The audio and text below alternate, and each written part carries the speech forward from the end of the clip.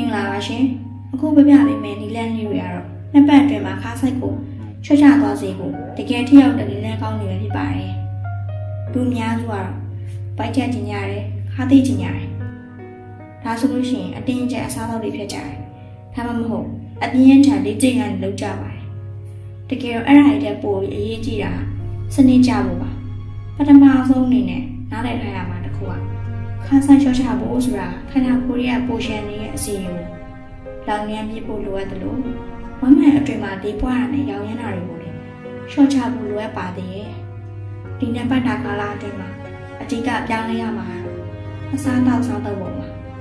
ငါတော့စားပြရတော့မယ်ဆိုပြီးစိတ်ညစ်မနေပါနဲ့ဘိုက်စာခံစရာမလိုပဲနဲ့ဘာကိုဦးစားပေးစားရမလဲဆိုတာကအရေးကြီးပါတယ်အစီချဖို့အတွက်အကောင်းဆုံးကတော့ပရိုတင်းနဲ့ကြွားရတာတွေကိုစားပေးဖို့ပါပဲချက်ဦးငါအသားနဲ့ပဲမျိုးကိုပိုးစားပေးရတာကောင်းပါတယ်ပရိုတင်းကပိုင်းပြည့်စေလို့ကြွသားတွေကိုလည်းတိစောက်ပေးပါတယ်နောက်တစ်ခုကတော့တကြားနဲ့အချွေတွေကိုဒီနှစ်ပတ်အတွင်းမှာလုံးဝရှောင်ကျဉ်ရပါမယ်အချွေတွေကယူတရက်ခါးဆိုင်ကိုတက်စေရအဓိကတရားခံရပါမယ်ဒါ့အပြင်ရေတက်ဟာလည်းလွန်ရေးကြည့်ပါလိမ့်လူတော်တော်များဖိုက်ပူတာအစိမ်းချောင်းလို့ထင်နေကြတယ်တကယ်တော့ရေတက်မလုံးတော့လို့ခန္ဓာကိုယ်ကရေကိုထိန်းထားရတဲ့အတွက်အောက်ကနေရပြီးလည်းဖြစ်တတ်တယ်နေ့ကိုရေအနည်းဆုံး3လီတာလောက်တောက်ပြီးခြင်းအပြင်ခန္ဓာကိုယ်ရဲ့အစိတ်တောက်တွေကိုဖယ်ရှားပြနိုင်ပြီးတော့အစာရည်စနစ်ကိုလည်းကောင်းမွန်စေပါသေးတယ်မနေ့အိပ်ရတဲ့မိုးချင်းရေနွေးနွေးလေးထဲမှာတံမြာတစ်နှစ်တောက်တာမျိုးကလည်းအစာရည်စနစ်ကိုနှိုးဆွပေးပြီးအစီလောင်ကျွမ်းမှုကိုမြန်ဆန်စေပါတယ်နောက်တဲ့အရေးကြီးတဲ့အချက်ကတော့ညသာစားတဲ့အချိန်အိတ်ခမ်းနီးမှာအစားစားရပါခါးဆိုင်ကိုတိုးစီရဲ့အကြောင်းရင်းတစ်ခုပါပဲအဲဒါကြောင့်ညစာကိုအိပ်ရမွေဒီအနည်းဆုံး3နာရီလောက်ကြိုးစားထားရပါမယ်ဒီလိုလုပ်ခြင်းအပြင်အိပ်ပျော်နေတဲ့အချိန်မှာခန္ဓာကိုယ်ကအစာကြေရတဲ့အစီလောင်ကျွမ်းတဲ့အလုပ်ကိုပို့လုပ်သွားနိုင်မှာဖြစ်ပါတယ်အခုပြပြခဲ့တဲ့အချက်တွေကတော့ခါးဆိုင်ရွှေ့ချဖို့အတွက်အခြေခံအကြဆုံးနဲ့အရေးကြီးဆုံးအဆင့်တွေပဲဖြစ်ပါတယ်အခုအစားပြီးဒီလေးကျင့်ခန်းတွေကိုချက်ချင်းစတင်လိုက်ကြရအောင်တနည်းချင်းစီရဲ့တောင်းလဲမှုကိုတေချာပေါက်ခံစားရပါလိမ့်မယ်ပထမအပိုင်းမှာတော့အစားအသောက်လေးချင်းဟောင်းလေးကိုဘယ်လိုဆုံးဖြတ်ပြီးအသစ်တွေကိုဘယ်လိုစတင်ရမလဲဆိုတာပြပြခဲ့ပြီးပါပြီ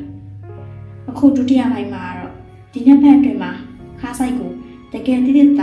ရောကြသွားစေမယ်လှူဝက်လက်နှစ်ခုအကြောင်းပြပြပါမယ်အဲ့ဒါတွေကတော့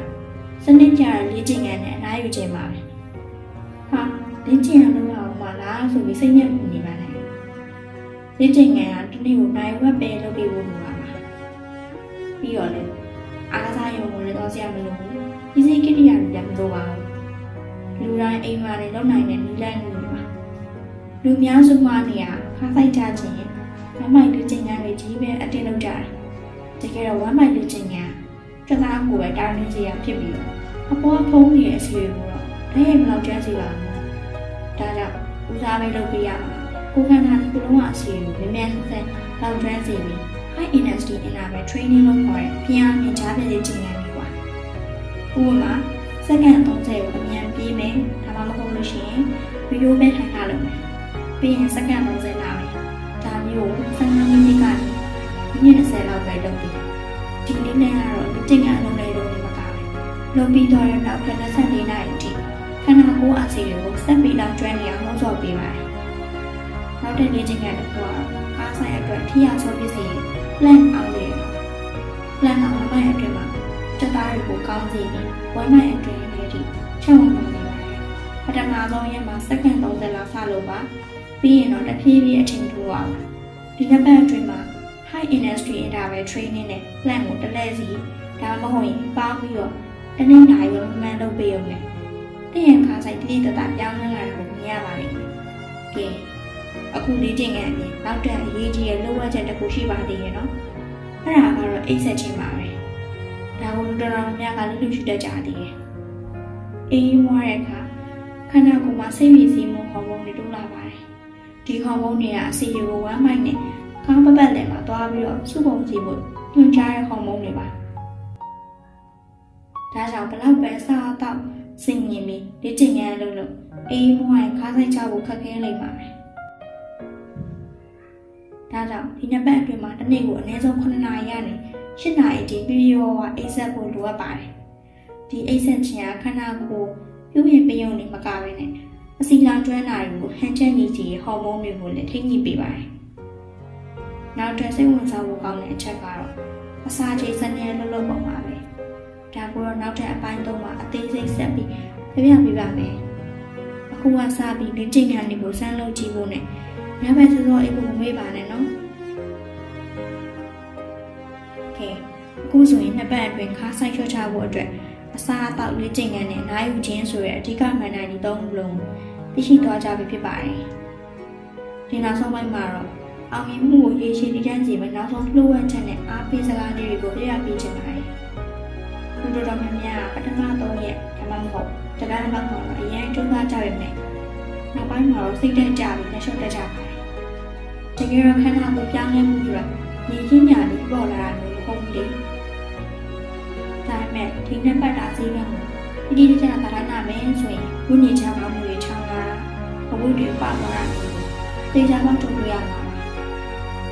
အရေးကြီးဆုံးကတော့ကိုယ့်ကိုယ်ကိုယုံကြည်မှုရှိဖို့ပါပဲ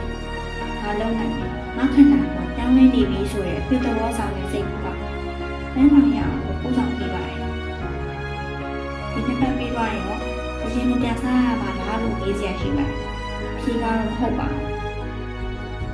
ဒီနှစ်ပတ်တာခန္ဓာကိုယ်အစီလောင်ကျွမ်းတဲ့စိတ်ုံတစ်ခုလိုဖြစ်အောင်ဝိဆက်ချပေးလိုက်တာဒါကြောင့်ဒီနောက်ပိုင်းမှာလည်းအချိုတွေနဲ့အစီကြော်တွေကိုဆက်ပြီးတော့ဆင်ရင်ပေးပါရှင်များတောက်တဲ့အလေးချင်းကိုဆက်ထိန်တာပါဒါဆိုရင်တော့အရင်ကထက်ပိုပြီးပေါ်ပါလန်းဆန်းနေရကိုခံစားရတော့မှာဒီခီးစဉ်မှာအပေါ်ပြလိုက်တာပြီးခဲ့တဲ့အတွက်ကျေးဇူးများကြီးတင်ပါတယ်အခုဝဲမှန်းထဲမှာပြောင်းလဲလာတဲ့ပုံရိပ်ကိုကြည့်ပြီးကိုပြုံးညလိုက်ပါအရင်ကတည်းကပိုပြီးကျမ်းမာပြီးလှပတဲ့ဗာရှင်တစ်တစ်ခုကိုပိုင်ဆိုင်သွားပါပြီဒီနည်းလမ်းလေးတွေကတော့အကျိုးရှိစေရဆိုရင်ခြားသူတွေကိုလည်းပြန်လည်မျှဝေဖို့မမေ့ပါနဲ့ဟုတ်အလုံးမဲ့လှပတဲ့ခန္ဓာကိုယ်လေးကိုထာဝရပိုင်ဆိုင်နိုင်ကြပါစေရှင်